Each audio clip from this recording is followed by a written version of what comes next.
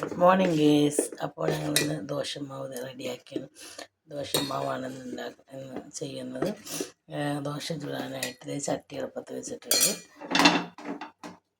ഇതിലേക്ക് മാവ് കോരി വയ്ക്കുക.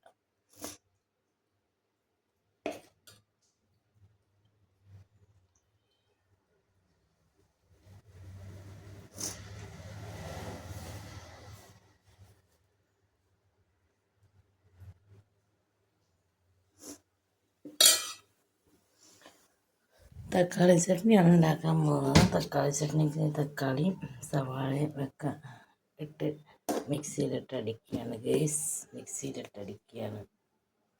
അപ്പോൾ ഞങ്ങളുടെ ദോശ റെഡിയായി. ഞാനൊന്ന് മറിച്ചിട്ട് ഗേസ്. എന്താണെന്ന് വെച്ചാൽ എനിക്ക് ഈ സൈഡൊക്കെ ഒന്ന് മൊരിയണം. അതിനായിട്ട് മറിച്ചിട്ടേക്കാണ്.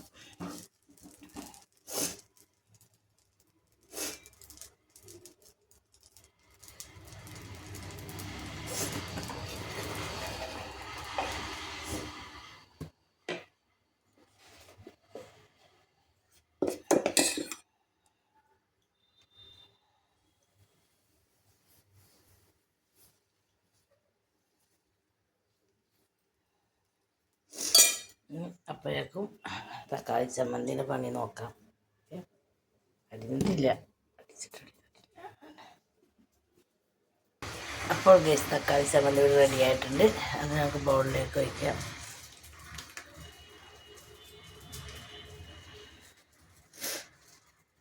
അത്രേ ഉള്ളൂ തക്കാളി ചമ്മന്തിയുടെ റെസിപ്പി. നമുക്ക് ദോശ വേണമെങ്കിലൊക്കെ ദോശ വേണ്ടിട്ട് തക്കാളി ചമ്മന്തി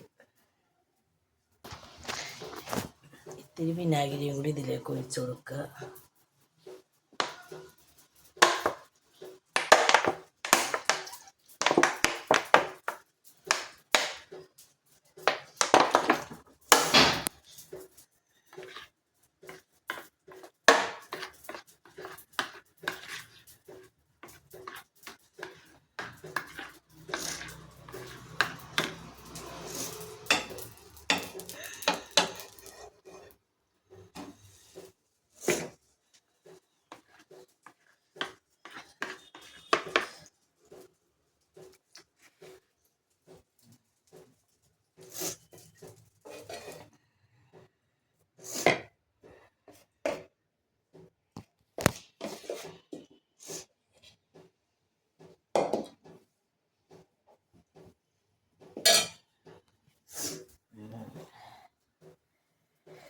തക്കാളി ചമ്മന്തി റെഡിയായി. ദോശ റെഡിയായി.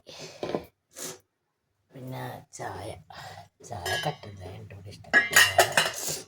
അപ്പോൾ ഇത് രണ്ടും നല്ല കോമ്പിനേഷനാണ് കേട്ടോ.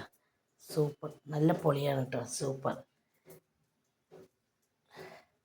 അപ്പോൾ ഇന്നത്തെ വീഡിയോ ഇത്രയേ ഉള്ളൂ. Okay, bye. അടുത്ത വീഡിയോയുമായി ഞാൻ വീണ്ടും വരും. വീഡിയോ ഇഷ്ടമായ ലൈക്ക് ചെയ്യുക, സബ്സ്ക്രൈബ് ചെയ്യുക, കമൻറ്റ് ചെയ്യുക.